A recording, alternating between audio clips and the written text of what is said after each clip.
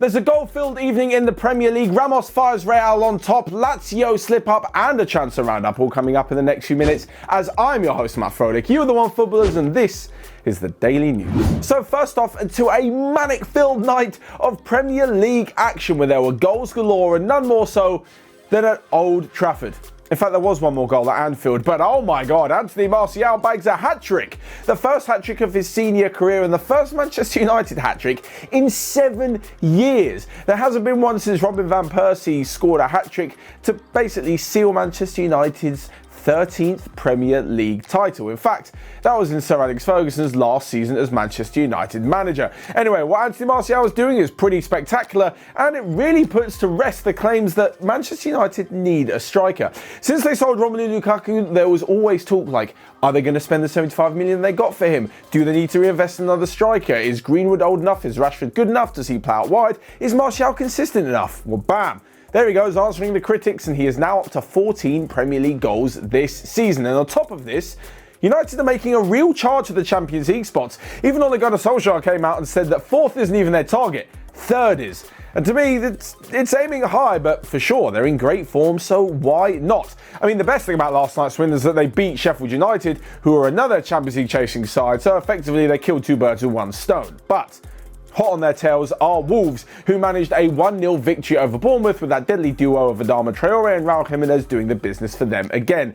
At the other end of the table, not looking so good for Norwich as they lost to Everton, but the big one, Liverpool winning the title. I paused there for a little bit. Liverpool winning the title, it seems ever closer. Liverpool definitely are pausing for a little bit. This whole break, they come back, yeah, it wasn't great against Everton. They're back at Anfield, back in the goals, back as good as ever. Especially Trent Alexander-Arnold with what a free kick.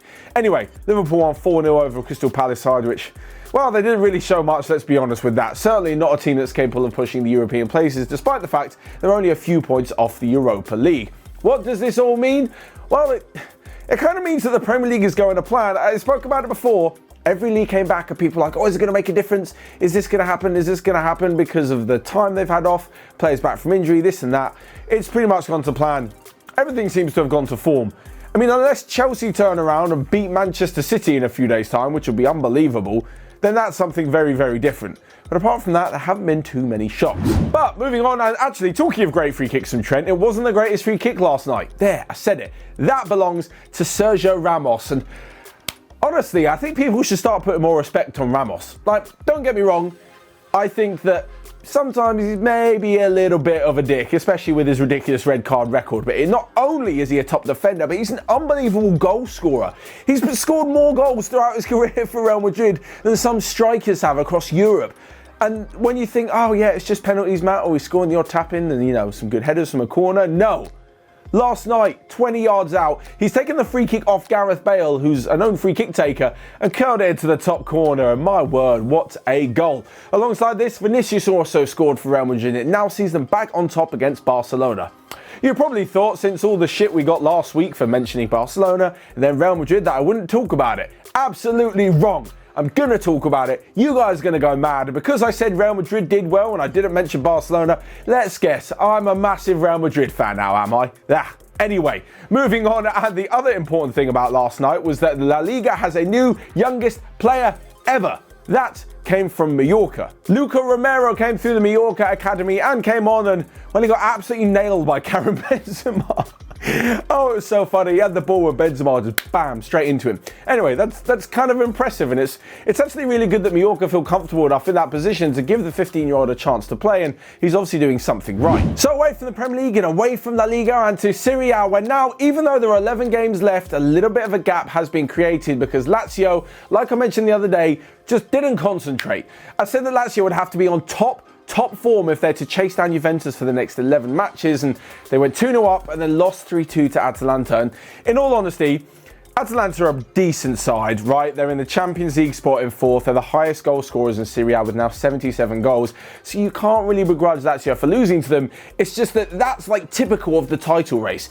2-0. You're in a great position and then they messed it up and lost 3-2. It's the same thing whenever someone's got a brilliant chance to overtake the top team, or Dortmund are in a few good positions this season in the Bundesliga, Lazio have been in a few good positions, and then just as they think they're doing well, the mentality maybe creeps up on them and they end up losing. Anyway, as I mentioned, there's obviously still 33 points to play for, but Juventus are now 4 points clear, which means another trophy could be heading Cristiano Ronaldo's way. In fact, the amazing record about this is it's the first time that Lazio have lost in the league since a 1-0 defeat to Antonio Conte's Inter Milan back on the 25th of September. So next up, on a roundup of the rest of the day's transfer news that you might have missed, and the latest team to be interested in Pierre-Emerick Aubameyang is Juventus, although I'm not necessarily sure why he'd go there because I don't think he'd played that many games. Elsewhere, Sean Dyche says he might leave Burnley at the end of the season due to reported...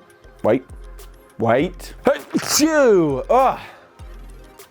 Don't worry, I'm alive. Elsewhere, Sean Dyche potentially might be leaving Burnley at the end of the season due to a rift between him and the board at Burnley about a lack of funds and also contracts not being negotiated as quickly as they should be. Arsenal have made contact with Sporting Lisbon over their 17-year-old wonder kid Jolson Fernandez, and for those of you FIFA players, well, the latest report has that FIFA 21 will star Kylian Mbappe on the front cover. So lastly but not least, we come to this week's Thursday favourites. This is where you guys let me know in the comment section on Thursdays Daily, what do you want to know my 5 favourite of in football? And this one comes from Jay Bevan. He has asked, Matt, who are your top 5 favourite players that have recently retired? And this is one hell of a question. So first off, I'm going to go with Steven Gerrard.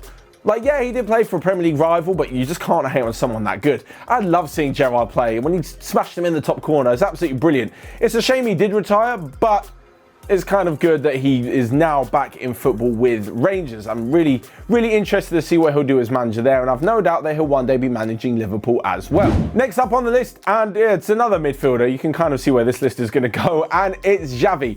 That whole Xavi, Iniesta, Busquets partnership was unbelievable, and he really just summed up for me Barcelona's incredible style of play in the midfield. I mean, the fact that Iniesta's coming to the end of his career in Japan is also very sad, but he hasn't retired just yet, so I'm going to stick Xavi on the list. Third one, and it's Francesco Totti, an unbelievable player, a one-club man, and everything that sums up the passion and beauty of Italian football. He actually became the oldest goal scorer in the Champions League, I believe, when he chipped the ball over Claudio Bravo against Manchester City.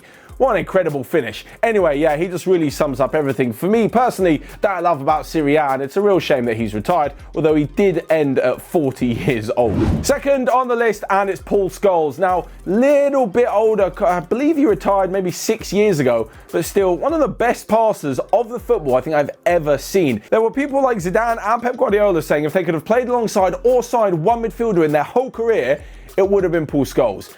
I don't know about you guys, but coming from 2 of the best midfielders of all time, that's a pretty darn high compliment. In fact, Scholes retired for like 6 months, then Fergie gave him a call and said, do you want to come back? And he came back for another 18 months and still absolutely bossed it. An insane midfield talent. It's unbelievable that England didn't win absolutely anything with the likes of him, Gerrard, Lampard and Beckham in the team. So lastly but not least, and the one person I'm kind of sad retired is Ronaldinho. You guys know who he is. For everyone who's watched him with that cheeky grin on his face, an unbelievable talent. He's one of these rare players that as soon as he gets the ball, there's like electricity in the stadium. Everyone thinks something is going to happen. Whether it's a quick switch of his feet, a quick dribble, an amazing pass, a phenomenal goal, Ronaldinho just sums up like the fun part of football, and yeah, absolutely love it. So there you have it. There are my 5 players who I kind of wish hadn't really retired, although I get it, they're getting old. You guys can let me know your thoughts on that in the comment section down below, and your thoughts on the rest of today's daily news. Whilst you're at it, you can smash the like button and click here or here to check out all of the other videos we've got going on OneFootball. But until next time, I will see you guys later.